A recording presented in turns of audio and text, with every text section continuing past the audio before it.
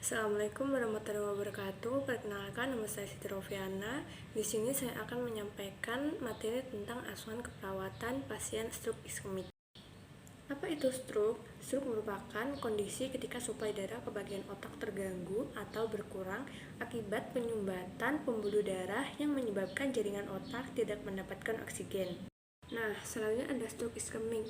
Stroke iskemik ini terjadi ketika pembuluh darah di bagian otak mengalami penyumbatan yang membuat suplai darah ke bagian otak terganggu dan menyebabkan sel-sel dalam otak mengalami kerusakan. Jika pembuluh darah arteri ini tetap tersumbat selama lebih dari beberapa menit, maka sel-sel dalam otak akan mati karena tidak mendapatkan suplai oksigen, sehingga dapat terjadi cedera atau disabilitas yang bersifat permanen. Nah, selanjutnya ada langkah-langkah yang perlu dilakukan sebelum memberikan asuhan keperawatan pada pasien. Yang pertama ada pengkajian diagnosa. Pengkajian diagnosa adalah upaya perawat untuk mengumpulkan data secara lengkap dan sistematis untuk dikaji dan dianalisis guna mengidentifikasi status kesehatan pasien. Yang kedua ada intervensi. Intervensi adalah paduan perilaku spesifik yang diharapkan dari pasien atau tindakan yang harus dilakukan perawat untuk membantu pasien mencapai hasil yang diharapkan. Yang ketiga ada implementasi. Implementasi adalah realisasi tindakan untuk mencapai hasil atau tujuan yang telah ditetapkan. Yang terakhir ada evaluasi.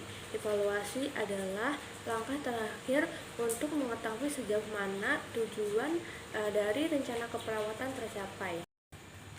Selanjutnya ada contoh kasus. Pasien B berusia 54 tahun masuk ke instalasi gawat darurat rumah sakit pada tanggal 31 Mei 2021 dengan keluhan tangan dan kaki sebelah kanan tidak bisa digerakkan, mulut miring, dan tidak dapat berbicara. Hasil pengkajian di ruang rawat didapatkan pasien dengan diagnosa stroke iskemik dengan kesadaran GCS E4-M6V. Kondisi umum rumah, tekanan darah 143/70 mmHg, nadi 85 kali per menit, suhu tubuh 36,7 derajat Celcius, dan pernapasan 24 kali per menit. Pasien mengalami kelemahan anggota gerak sebelah kanan dengan kekuatan otot 2222, gerakan terbatas, nilai skala ketergantungan aktivitas pasien 8, pasien berisiko tinggi jatuh dengan skala jatuh Morse 30. Dari hasil pemeriksaan CT scan kepala didapatkan adanya infraks cerebri dan hasil pemeriksaan laboratorium didapatkan kadar kolesterol LDL pasien mencapai 202 mg/dl. Dari hasil pengkajian, keluarga pasien tidak mengetahui penyakit yang menyerang pasien. Mengenai alasan pasien tidak bisa menggerakkan anggota badannya dan tidak dapat berbicara.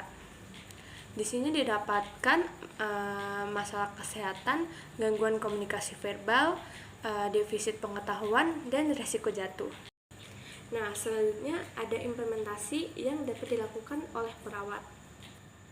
Pada gangguan komunikasi verbal, perawat dapat melatih komunikasi dengan berbicara dengan metode bicara perlahan, tidak terburu-buru, menunjuk benda-benda di lingkungan sekitar, dan dengan isyarat sederhana seperti menggeleng dan mengangguk.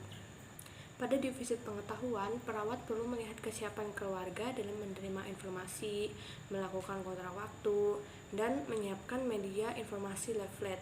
Hari rawatan kedua, perawat memberikan pendidikan kesehatan mengenai manajemen stroke dan cara pengendaliannya.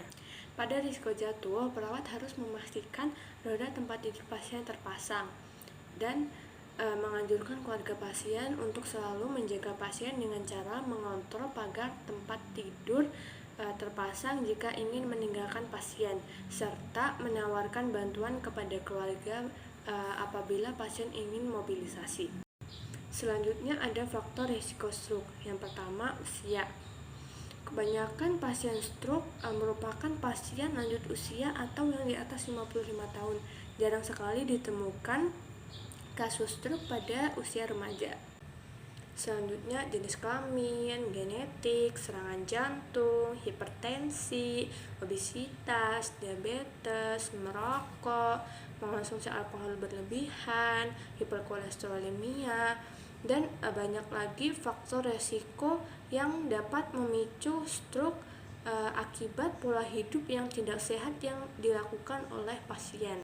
Sekian pemaparan materi dari saya. Apabila banyak kurangnya, saya mohon maaf. Saya akhiri. Wassalamualaikum warahmatullahi wabarakatuh.